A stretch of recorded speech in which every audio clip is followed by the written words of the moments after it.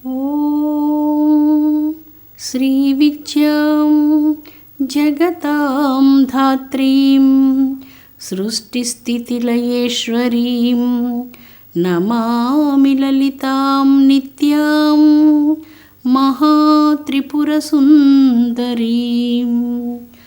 ఓం శ్రీమాత్రే నమః. ఓం శ్రీ లలితాంబికాయై నమః.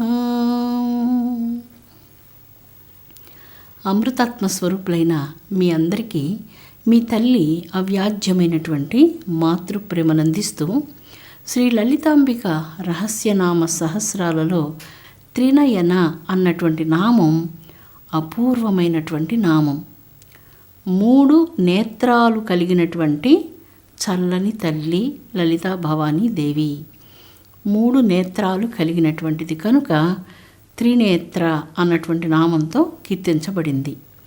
పరమేశ్వరునికి 3 నేత్రాలు ఉన్నవి. అందువలన త్రినేత్రుడు అంటూ ఆ మహేశ్వరుని గానం చేస్తూ ఉంటాం. తర్వాత నారికేళానికి అంటే టెంకాయకు 3 నేత్రాలు ఉన్నవి. ఒక అద్భుతమైనటువంటి గోమాత శృంగేరిలో ఉన్నది. ఈ శృంగేరి మహాసంస్థానంలో అపూర్వమైనటువంటి గోమాతకు 3 నేత్రాలు ఉన్నవి. సృష్టిలో ఇలాంటి గోమాతను ఎక్కడ మనం దర్శించాం. 3 నేత్రాలు 3 కొమ్ములు కూడా కలిసి ఉన్నటువంటి అపూర్వమైనటువంటి గోమాత, 3 నేత్రాలు కలిగినటువంటి గోమాత. మానవులందరికీ కూడా 3 నేత్రాలు ఉన్నవి. బాహ్యంగా ఈ 2 నేత్రాలు బాహ్య చక్షువులకి అందరికీ గోచరమవుతూ ఉంటాయి.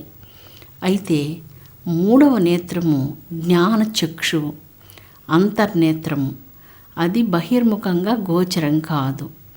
పరమేశ్వరుడు స్వతహాగా దివ్యమైనటువంటి 3 నేత్రాలు కలిగినటువంటి మహాదేవుడు. లోకజనని త్రినేత్ర, 3 నేత్రాలు కలిగినటువంటి కన్నతల్లి త్రిపుర సుందరి. జగజ్జనని యొక్క 3 నేత్రాలు తేజోమయమైనటువంటి నేత్రాలు. ఇవి సాధారణమైనటువంటి నేత్రాలు కావు. జగన్మాత యొక్క కుడి నేత్రంలో సూర్య భగవానుడు ప్రకాశిస్తున్నాడు. దేవి యొక్క ఎడమ కన్ను చంద్రకాంతితో విరాజిల్లుతూ ఉన్నది. దేవి యొక్క 2 కనుబొమ్మల మధ్యలో ఉన్నటువంటి 3వ నేత్రం అగ్ని నేత్రం. ఇది జ్ఞాన చక్షువు. అందువలన జగన్మాత లలితా భవానీదేవి యొక్క 3 నేత్రాలు సూర్య చంద్రాగ్నుల స్వరూపంగా విరాజిల్లుతున్నటువంటి కన్నతల్లి. జగన్మాత నేత్రాలు కరుణా సంభరితాలు. ఎప్పుడూ చల్లని చూపులతో జగత్తును కన్నతల్లి వీక్షిస్తూ ఉంటుంది. తల్లి యొక్క కంటి చూపు నుంచి తప్పించుకోకపోగలిగేటువంటి శక్తి ఈ చరాచర సృష్టిలో దేనికి సాధ్యం కాదు. తల్లి అన్నిటినీ గమనిస్తూ ఉంటుంది. సాక్షీభూతంగా వీక్షిస్తుండేటువంటి కరుణాకటాక్షి ఆ కామాక్షి. విశాలమైనటువంటి మీన నేత్రాలతో జగత్కోట్లను సంరక్షించినటువంటి తల్లి కనుక ఆ జగజ్జనని మీనాక్షిగా కీర్తించబడింది. జగజ్జనని యొక్క నేత్రాలు సాధారణమైన నేత్రాలు కావు. ఇవి కాల నేత్రాలు. అనగా సూర్యభగవానుడు జగచ్చక్షువు. సూర్యభగవానుతో పాటు కాలం సాగిపోతూ ఉన్నది. ప్రాతకాలం నుంచి సాయంకాలం వరకు ఉన్నటువంటి వెలుగు పగటి వెలుగు.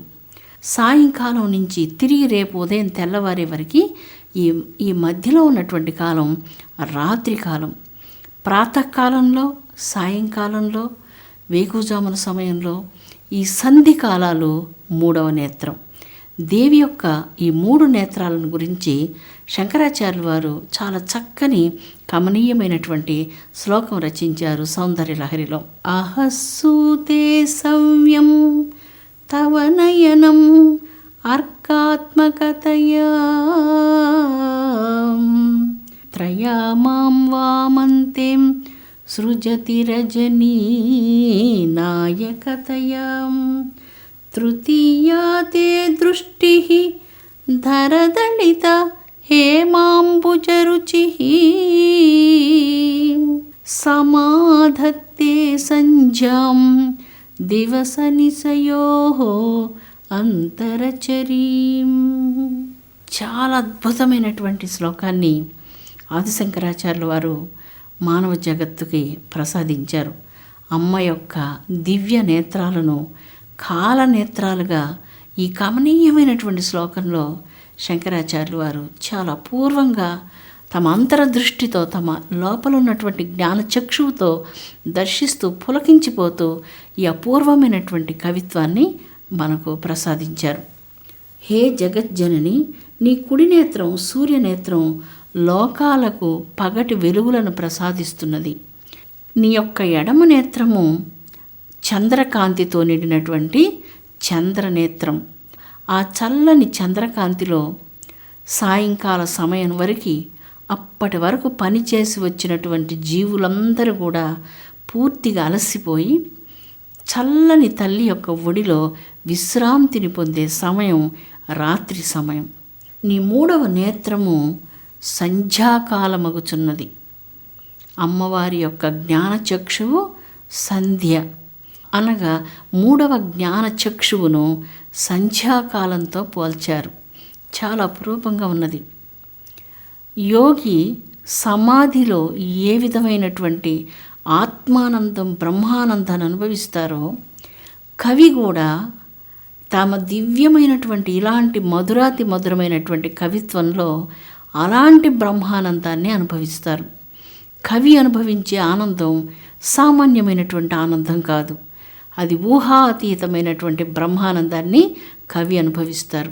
ఇక్కడ శంకరాచార్యులు వారు అమ్మ యొక్క 3 నేత్రాలను దర్శిస్తూ ఆ దివ్య నేత్రాలు ఏ విధంగా జగత్తును అనుగ్రహిస్తున్నాయో ఆ కాల నేత్రాలను గురించి చాలా కమనీయంగా ఈ శ్లోకంలో మనకు అపూర్వంగా అహస్సూతే సవ్యం తవ నయనం అర్కాత్మకతయా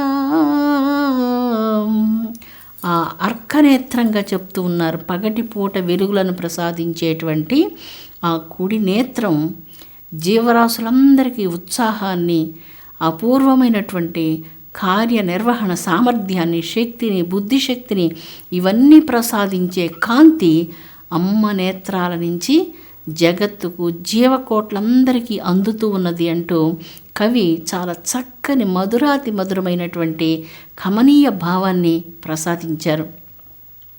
అదేవిధంగా జీవకోట్లు నిరంతరం పని చేయలేరు కదా, అందుచేత అలసిపోయి వచ్చినటువంటి జీవరాశులందరూ కూడా సాయంకాల సమయంలో విశ్రాంతిని పొందుతూ ఉన్నారు. ఆ విశ్రాంతిని ప్రసాదించేది కూడా తల్లి యొక్క మరొక్క దివ్యమైనటువంటి నేత్రం. ఆ దివ్య నేత్రం వెన్నెల వెలుగులు విరజిమ్ముతూ జీవకోట్లందరికీ తల్లి అయి విశ్రాంతిని ప్రసాదిస్తున్నది. జ్ఞాన దృష్టి కలిగినటువంటి వారు, అంతర్ముఖులైనటువంటి యోగులు ఈ సంధికాలంలో అనగా అవిద్యను దాటి విద్యాస్వరూపమైనటువంటి తమ ఆత్మజ్ఞానాన్ని తెలుసుకునేందుకు ఏ సంధికాలంలో ధ్యానం చేస్తూ ఉన్నారో ప్రాతఃసంధ్య, మాధ్యాహ్నిక సంధ్య, సాయం సంధ్య, ఈ విధంగా ఎన్ని రకాల సంధ్యలు ఉన్నప్పటికీ జీవన సంధ్యలో అవిద్యను అజ్ఞానాన్ని విడిచిపెట్టి జ్ఞానం కోసం ప్రయాణం చేస్తూ ఆ జ్ఞాన ప్రయాణంలో సాగిపోయే అపూర్వమైనటువంటి జీవన సంధ్యలో ఆత్మజ్ఞానులు మేల్కొని తమ యొక్క దివ్యమైనటువంటి పదంలో సాగిపోతూ ఉన్నారు. జగచ్చక్షువు, జగదేక సాక్షి, విశాలాక్షి, కంచి కామాక్షి, మధుర మీనాక్షిదేవి, సర్వసాక్షి అయినటువంటి ఈ జగదేక సాక్షి లలితా భవానీ తల్లి వీటన్నిటినీ సర్వకాల సర్వావస్థలందు వీక్షిస్తున్నటువంటి అపూర్వమైనటువంటి సాక్షిభూతమైనటువంటి మాతృమూర్తిగా ఈ యొక్క పవిత్ర మంత్రంలో త్రినయన 4 బీజ మంత్రాలు కలిగినటువంటి నామం అమ్మ యొక్క పవిత్రమైనటువంటి నేత్రాలు జగత్కోట్లను నడిపిస్తున్నవి అంటూ తెలియజేస్తూ ఉన్నాయి. ఇవి కాలనేత్రాలు, సాధారణ నేత్రాలు కావు. కారుణ్యాన్ని వర్షించే నేత్రాలు, కమనీయమైనటువంటి నేత్రాలు, మనల్ని క్షమించేటువంటి నేత్రాలు, ప్రేమించే నేత్రాలుగా ఇలాగ అపురూపంగా ఈ చక్కని శ్లోకంలో శంకరాచార్యులు వారు చాలా కమనీయమైనటువంటి కవిత్వాన్ని ప్రసాదించారు. బ్రహ్మ దేవాసుర సంగ్రామానికి ఒక చక్కని ప్రణాళికను తయారు చేశారు. ఇందులో రాక్షస వీరులను సంహారం చెయ్యాలి అంటే ఇంద్రునకు ఒక అద్భుతమైనటువంటి ఆయుధం కావాలి. ఆ ఆయుధం దధీచి అన్నటువంటి మహర్షి యొక్క వెన్నెముక. ఆ వెన్నెముకను వజ్రాయుధంలాగా తయారు చేసి ఆ వజ్రాయుధంతో రాక్షస వీరులను ఇంద్రుడు గెలవగలడు. అందుకే బ్రహ్మ తయారు చేసినటువంటి ఈ ప్రణాళికను అనుసరించి దేవేంద్రుడు దధీచి మహర్షికి అనేక ధ్యాన భంగాలు ఎన్నో చేసి ఉన్నారు. ఆయన పట్ల చాలా పొరపాట్లు చేశారు. అయినా దధీచి మహర్షి మహనీయులు, బ్రహ్మజ్ఞానులు కనుక ఇవేవి మనసులో పెట్టుకోకుండా ఎప్పుడూ దయాహృదయంతో ఉంటారు. ఒకరోజు ఇంద్రుడు దధీచి మహర్షి ఆశ్రమానికి విచ్చేసి దధీచి మహర్షి ముందు నమస్కరించి, స్వామి, నాకు మీరొక్క సహాయం చేయాలి అంటూ అర్థించారు. దేవలోకాన్ని పరిపాలించే దేవేంద్రుడంతటి వాడు మానవలోకానికి వచ్చి సర్వసంగ పరిత్యాగి అయినటువంటి ఒక మహర్షి మ్రోల ఒక సామాన్యుడి వలె మోకాళ్ళ మీద కూర్చొని భక్తితో అర్థిస్తూ ఉన్నాడు. అప్పుడు దధీచి మహర్షి, దేవేంద్ర, నువ్వు ఏ కోరిక మీద వచ్చావో తెలియజేయమని చెప్పారు. అప్పుడు దేవేంద్రుడు, మీ యొక్క వెన్నెముక, శరీరంలో ఉన్నటువంటి వెన్నెముకను నాకు ప్రసాదించాలి అని చెప్తారు. దధీచి మహర్షి దేవేంద్రుని యొక్క అంతరార్థం తెలుసుకొని రెండవ మాట చెప్పకుండా దేవాసుర సంగ్రామానికి తన వెన్నెముక ఉపయోగపడుతుందంటే ఆయన సంతోషంతో తన శరీరాన్ని త్యాగం చేయడానికి ఆయన సిద్ధపడ్డారు. మహర్షులు అంతటి దయామయులు. భారతదేశంలో ఈ పుణ్య పురుషులైనటువంటి ఈ మహానుభావులు జన్మించి ఈ మట్టిని ఎంత పునీతం చేశారో మాటలతో వర్ణించడానికి తరం కాదు. దధీచి మహర్షి ఆ విధంగా తన దేహాన్ని యోగాగ్నిలో భస్మం చేసి తన వెన్నెముకను స్వీకరించేందుకు దేవేంద్రునికి అనుమతిని ప్రసాదించారు. దేవేంద్రుడు యోగాగ్నిలో శరీర త్యాగం చేసిన దధీచి మహర్షి యొక్క వెన్నెముకను తీసుకొని దానిని ఒక అద్భుతమైనటువంటి ఆయుధంగా తయారు చేసి ఆ వెన్నెముక ఏ ఆయుధానికి లొంగనటువంటి అపూర్వమైనటువంటి వజ్రాయుధం. అది ఒక మహత్తరమైనటువంటి మహర్షి యొక్క దేహంలోని భాగం. ఏ అస్త్రాలు కానీ ఏ శస్త్రాలు కానీ దధీచి మహర్షి యొక్క వెన్నెముకను ఏ ఆయుధాలు కూడా ఏమి చెయ్యలేవు. ఇంద్రుడు, దేవతలు అందరూ కలిసి రాక్షసుల మీదకు యుద్ధబేరిని మ్రోగించి చాలా కాలం యుద్ధం జరిగింది. ఈ యుద్ధంలో రాక్షసులందరూ ఓడిపోయారు, దిక్కుకొకరుగా చెదిరిపోయారు. దేవతలందరూ కూడా పెద్ద సంతోషంతో ఉత్సవం చేసుకుంటూ ఉన్నారు.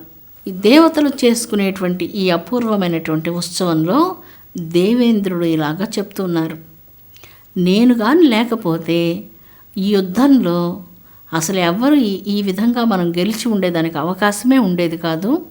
నా వజ్రాయుధం వల్ల నేను రాక్షస వీరులందరికీ బుద్ధి చెప్పి యుద్ధంలో అపూర్వమైనటువంటి విజయాన్ని సాధించానంటూ ఇలాగా దేవేంద్రుడు తన యొక్క గొప్పతనాన్ని గురించి వారందరిలో చెప్పుకుంటున్నారు. అలాగే వాయుదేవుడు, అగ్నిదేవుడు ఎవరికి వారు తాము గొప్పగా భావిస్తూ ఆ విజయానికి తామే కారకులమని భావిస్తూ ఉన్నారు. ఈ సందర్భంలో అక్కడ ఒక అద్భుతమైనటువంటి మెరుపు వంటిది మెరిసి ఒక చిన్న బాలిక అక్కడ ప్రత్యక్షమైంది.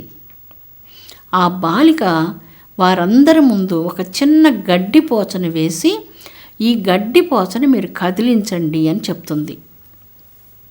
వాయువు తన శక్తితో ఆ గడ్డిపోచను ఒక్క క్షణంలో లేపివేయగలను అంటూ వెళ్ళి వాయుదేవుడు తన శక్తిని ప్రదర్శించగా ఆ గడ్డిపోచ ఒక అణువు కూడా కదలలేదు.